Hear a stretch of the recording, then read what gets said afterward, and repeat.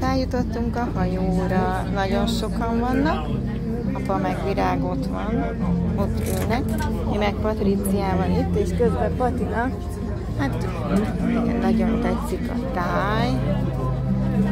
Úgyhogy most 50 percet fogunk hajózni egy szigetre, ott lehorgonyoz a hajó a nyílt vízen, és akkor onnan fognak tudni ugrálni a vízbe, aki szeretne. Mi meg gyönyörködünk a tájba. Szóval így néz ki egy hajóra feljutás, de végül is örüljünk annak, hogy egyáltalán feljutottunk, és nem egyből utasították el, hogy nem jöhetünk fel. Úgyhogy ilyen csodálatos környezetből üdvözlünk mindenkit, és köszönjük, ha megnézitek és követitek a Le Patriciának a mindennapjait, a jelenlegi mindennapjait.